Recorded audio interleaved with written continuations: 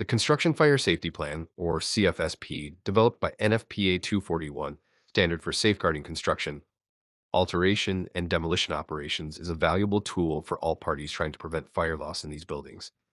The plan is found in Chapter 7 of the standard. The fire safety program details what the owner or management can do to safeguard the construction site. Common causes such as electric and heating devices, cooking equipment, burners, torches, soldering irons, and arson are addressed. Preventative measures include proper security, housekeeping, and self-inspections.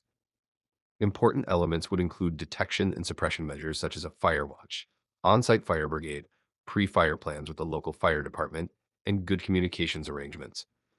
These arrangements would include awareness of road access, fire hydrants, and installation of standpipes where possible. Many jurisdictions will not issue construction permits without a CFSP. For insurance purposes, a job site loss control inspection would include requiring these elements of the CFSP as a major part of the fire loss mitigation strategy. Thanks for joining us for Underwriters Corner. Don't forget to like and subscribe for more informative content from MSO.